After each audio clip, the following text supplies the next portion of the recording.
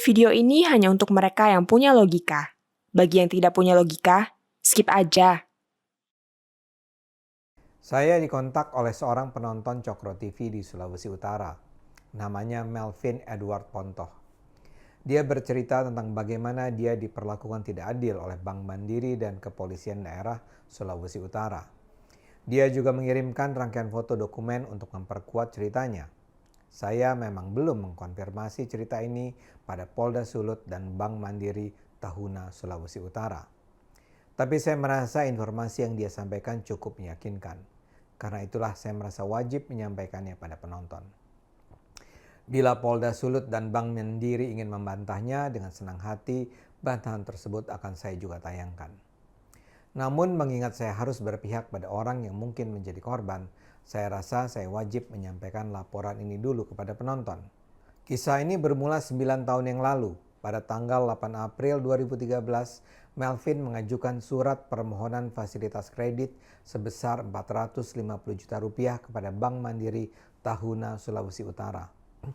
Permohonan itu disetujui melalui perjanjian kredit modal kerja tanggal 18 April. Angka 450 juta rupiah itu adalah limit maksimal yang digunakan.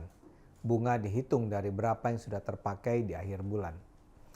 Perjanjian tersebut beberapa kali diperbaiki. Pada 2016, Melvin sebenarnya ingin menghentikan saja pembayaran kredit tersebut. Dia merasa sanggup melunasi sisa pinjaman kredit. Namun permintaan Melvin diabaikan Mandiri. Mereka tak mau memberikan rincian pembayaran. Mereka tak menjawab permintaan Melvin. Cerita berlanjut pada 2021 saat Melvin pulang ke Tahuna karena dia sebenarnya bertempat tinggal tidak di daerah asalnya. Ketika Melvin kembali ke Tahuna, dia baru tahu bahwa aset jaminan sudah disita karena dianggap menunggak membayar cicilan. Dia kehilangan tanah dan rumah. Dengan emosional, Melvin mendatangi kantor Mandiri dan meminta ditunjukkan surat-surat perjanjian. Ketika itulah Melvin menemukan hal mengejutkan. Melvin membaca adendum ketiga berisi perubahan perjanjian yang sebenarnya tidak pernah ditandatanganinya, namun di dalamnya tertera tanda tangan Melvin dan istrinya. Itu jelas-jelas tanda tangan palsu. Saat adendum itu ditandatangani pada 19 April 2016, Melvin dan keluarga sedang berada di Medan. Jadi tidak mungkinlah ia menandatangani surat tersebut. Karena itu Melvin menyimpulkan Bank Mandiri Cabang Tahuna telah melakukan tindak pidana pemalsuan tanda tangan Melvin dan istrinya. Melvin melaporkan Bank Mandiri Cabang Tahuna ke Polda Sulawesi Utara pada 4 Mei 2021. Pada 27 Mei 2021, Polda Sulut telah memanggil dan memeriksa pihak Mandiri.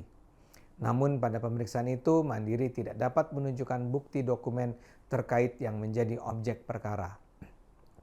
Polisi terus melakukan penyidikan.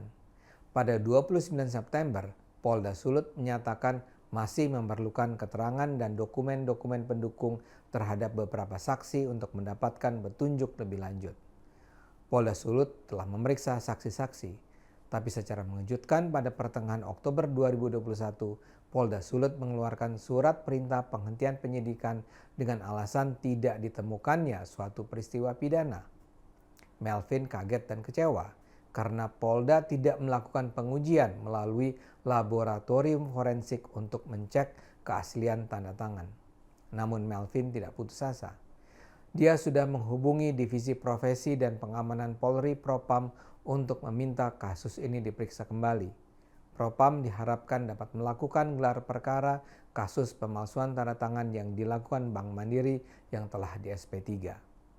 Sebelumnya ia juga sudah melaporkan kasus tersebut kepada Kompolnas.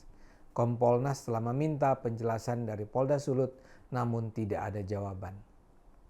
Seperti saya katakan, apa yang saya sampaikan ini adalah versi Melvin. Tentu saja belum tentu benar atau sepenuhnya benar. Tapi saya tahu hal-hal semacam ini lazim terjadi. Karena itu kita harus bersama-sama mencegah dan melawannya. Karena apa yang terjadi pada Melvin bisa saja terjadi pada kita semua. Kalau Melvin memang dizalimi, mari kita dukung bersama. Ayo terus gunakan akal sehat, karena hanya kalau kita gunakan akal sehat, negara ini akan selamat.